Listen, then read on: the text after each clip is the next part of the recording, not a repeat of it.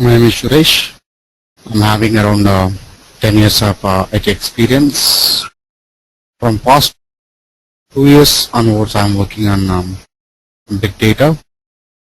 Prior to that, I worked on different BI technologies like ETL tools and reporting tools. I have a little bit of experience on reporting as well.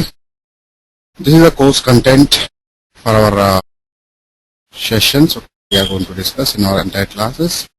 We will start with the introduction to big data and Hadoop. We will discuss what is a distributed file system, what are the problems exist in the traditional large scale file system processing, what is introduction to Hadoop and big data, and we will also go for a brief history of Hadoop. I mean, what are different versions of Hadoop is there, when it was developed, each and every version upgrades, what are the different upgrades are there from version to version. As you guys also came from the database background, most of people are coming from database background to Hadoop or programming background to Hadoop. We also want to discuss about the differences between traditional database systems to Hadoop. Means where traditional database systems are unable to store the data, where Hadoop can able to handle that,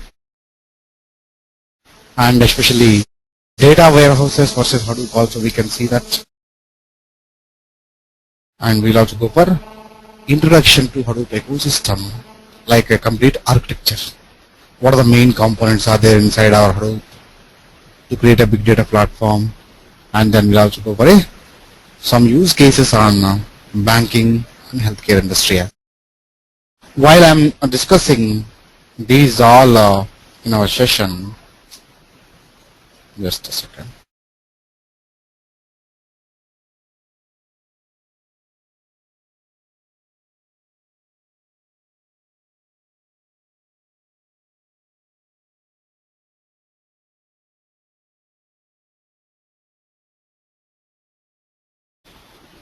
We'll also going to use these PPTs, and that is all the PPTs also I'll share you guys. I mean the presentations for our class we are going to do. We'll discuss what is a distributed file system, how the data growth is there from past few decades.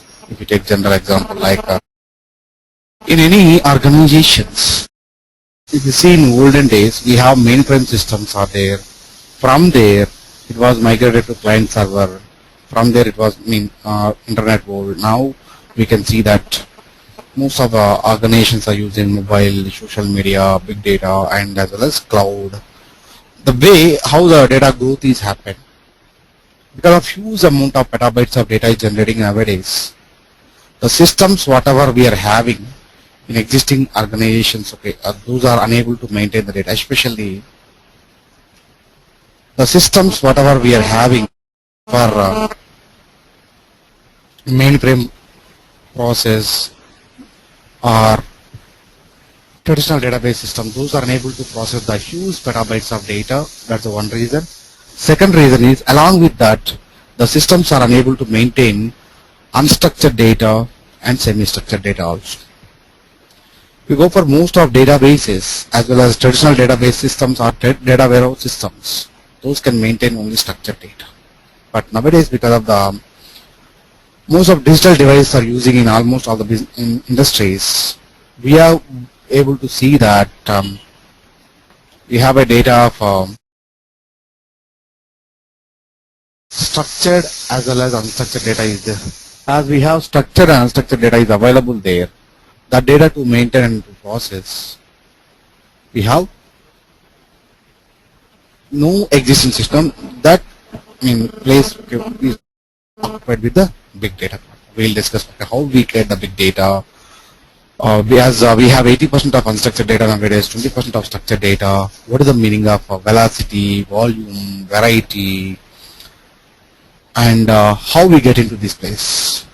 We get into this place means before 1995, we have many search engines are available in our web, like Yahoo, XIT, Web Cooler, InfoSeek, Lycos, Alta Vista. But from the year of 2000 onwards, all search engines was replaced with the new search engine called Google, and Google has its own algorithms to search image data, audio data, and video files, to store those files also. But later, as the years are passing on, Google also start facing a few issues, because Google has many products they released in the market, and they want to maintain huge petabytes of data in their systems also.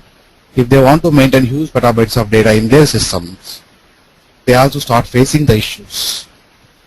The main solution for Hadoop, or base for Hadoop is Google plus their going brains plus solution we simply going to call as a Hadoop. That means to overcome the problems of what are the problems Google is facing, Google start implementing three concepts in all their products. One we are going to call as a Google file system, and second one we are going to call as a MapReduce,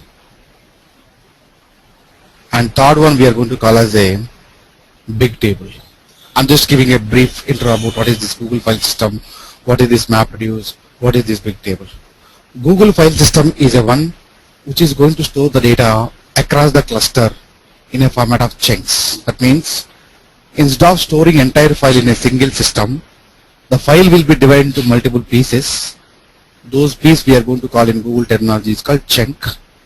The data will be distributed across the cluster.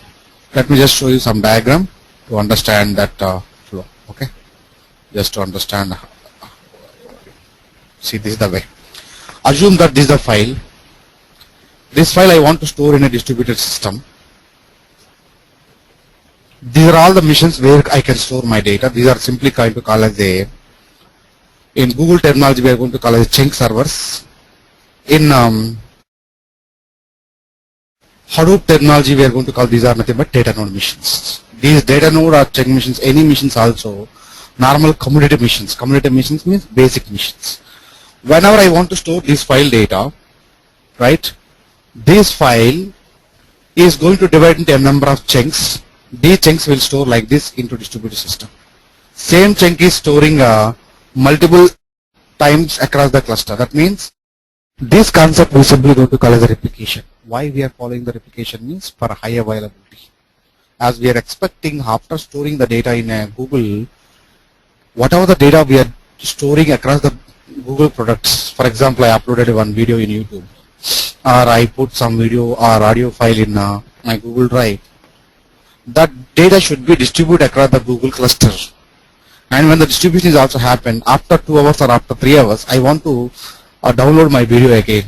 When I want to download my video again, I simply want to recheck whether that particular file is available in that particular path. That means high availability of the data should be there. If you want to achieve that high availability concept, our files are going to be divided into a number of subsystems. Those we simply going to call as a normal distributed systems, whatever we are having, that we are going to achieve. How to load the data into distributed systems. They in the sense Google people, for that concept they created one process simply called as a Google file system. And after storing the data across the cluster, Google also want to do operations on the data across the cluster. Instead of doing operations on a single machine, they want to perform the operations across the cluster. For doing of operations across the cluster, they want to do implementation of MapReduce programs are there. MapReduce is the programming model actually.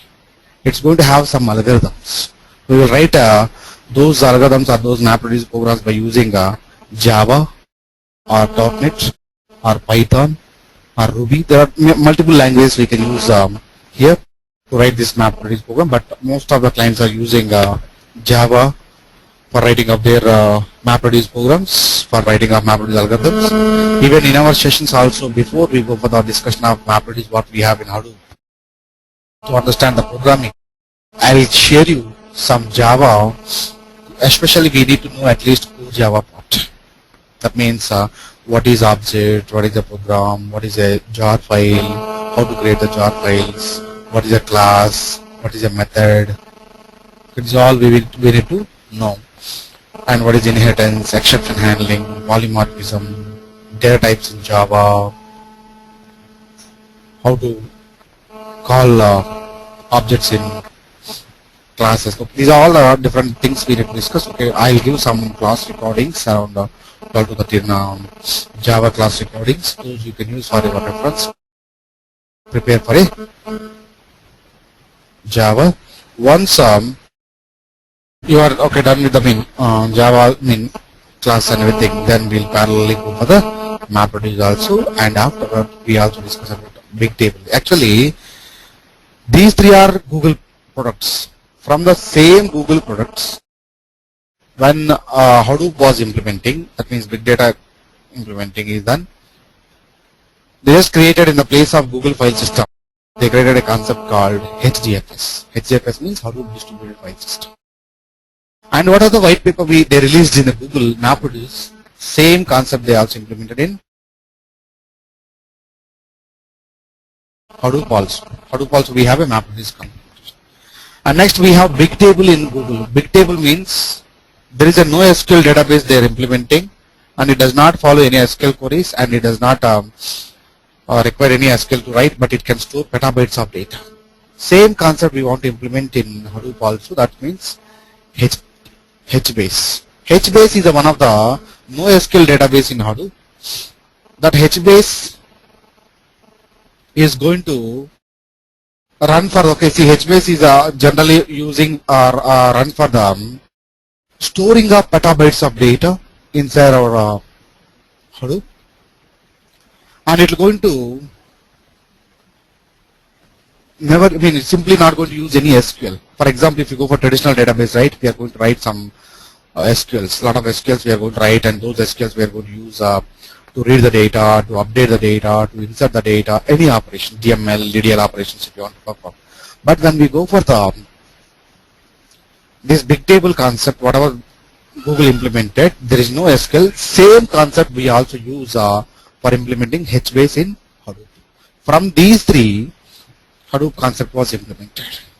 Okay, we will, before discussing what is Hadoop and what is a Hadoop ecosystem, we will also discuss what is a Google file system developed by Google team, and then we will also discuss about what is a MapReduce, what is the purpose of MapReduce, how we are going to write the MapReduce algorithms or programs in Java, and we will also discuss about big table, basic big table concepts. Then we will go for Hadoop. Actually, what is this Hadoop? What is the purpose of this Hadoop? Hadoop is a open source framework. Simply speaking, it's a open source framework of set of libraries we are having. Hadoop has two major ecosystem components. One we are having is HDFS, and second one we are going to call as a MapReduce. The major ecosystem component what we have in Hadoop is HDFS and MapReduce. We will also discuss, okay, what is HDFS and how to store. And HDFS is a distributed system where we are going to store huge petabytes of data. It can maintain both structured data, unstructured, as well as semi-structured data also. And when we go for HDFS, it has a large ecosystem component. There are many ecosystem components are there inside HDFS. Those ecosystem components we simply going to call as a HBase, Hive, Pig, Scoop, MapReduce. There are different kind of the concepts are available there. Okay, those we are going to discuss in actual sessions. Okay, how to use these all these. Let me just show you our Hadoop ecosystem diagram to understand this one. We will discuss this all. Okay, who developed this Hadoop? Actual duck cutting is the person who is going to. We will discuss that one, and we'll also discuss about the. Here, what we are discussing is means we are discussing about the Hadoop ecosystem. Hadoop ecosystem is the one which is going to give the overall components which are involved inside the Hadoop to create a big data platform. There are many components are there inside Hadoop ecosystem. Those are HDFS, MapReduce, Pig, Hive, HBase, Scoop, Flu, Zookeeper, Uzi, Mahout. They're all different kind of the components what we have inside our Hadoop to do different operations. In entire our 40 hours of duration of the sessions, we will discuss about all the ecosystem components one by one. Let me give you brief intro about what is HDFS. See, after we are done with the basics part, then we will go for a cluster setup. How can we install this Hadoop in our systems? Here there are different ways we can do installation and setup. What are those different ways in the sense? We can do setup of this Hadoop on local machines. We can also do setup of these one on a distributed machine, that's called pseudo distributed machines. We can also do the setup of this Hadoop on a fully distributed machines also. In any project when you are working, we are going to have the Hadoop setup on fully distributed machines when we are working on any project or any company also. But our personal machines, we can go for pseudo distributed machines or local machines, local installation. I'll show you how to do the installation part of this one in our machines based on our system configuration. And whenever we are working on, for example, Hadoop environment based on our system configuration, what is the configuration we are having based on the configuration of our machine, this Hadoop will be, we can set up, for example, if we have a more configuration missions, for example 16 GB RAM missions or more than that configuration, you can go for a multi-node setup on our clusters. If it is a 4 GB or these kind of systems are there, then we can go for the only single node configuration installations. The installations are going to be single node setup is there as well as the multi-node setups also we can go. I'll show you both how to do setup of these all. While discussing about the setup also, I will give you some steps how we are going to do this setup. How can we download the VM players, or how can we download the Cloudera players? How can we do setup? This is a very simple installation. As this is the open source software, we can do a very simple step-by-step installation part. Whatever we are having, that we will discuss how to do that step process. Whatever we are implementing Hadoop, and along with this Hadoop installation, we also need to install Java. Okay, I'll also show you guys how to do setup of Java as well, how we can perform the Java installation and those things. This setup itself will take 2 to 3 classes because I want to show you the setup of this Hadoop on Windows machine as well as Linux machine also. Somebody want to go for a Windows machine to practice their Hadoop environment, and somebody want to go for Linux. Yeah, we can go for both Linux as well as a Windows machine also. How can we perform? Those all I will discuss. That will take 2 to 3 classes. To one class we will take for the Windows setup, and one class we will take for the Linux setup also. After that, I'll also show you how to do the configuration of shell. Shell means SSH shell, right? After that, we'll also discuss about the basic Unix or Linux commands. Why we need a Unix or Linux? Somebody told, okay, you are having good experience on writing a script, right? Why we need a Unix or Linux basic commands inside our Hadoop? Okay, means because Hadoop also a distributed cluster. That means whenever we have a distributed systems, that distributed cluster when we have, that means those are all distributed machines, also Linux machines. Once I store my data inside the distributed systems, if I want to retrieve the data, or I want to check whether the file is there or not, what kind of updates are there for that particular file, those kind of process if you want to specify, then we need to simply use some basic Unix commands.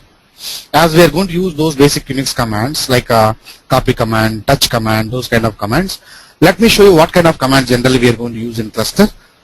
I already started my cluster. I'm just going to command line interface to show you that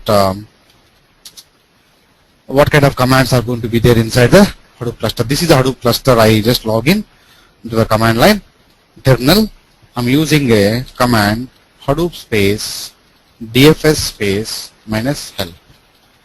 Like our Unix, okay, we also have a help command here also. When we execute this one, this Hadoop space DFS hyphen help, it is going to give you what are the commands are supporting by our Hadoop. So these are all the commands generally going to support in Hadoop distributed system. They're very simple commands. I'll discuss these all the commands.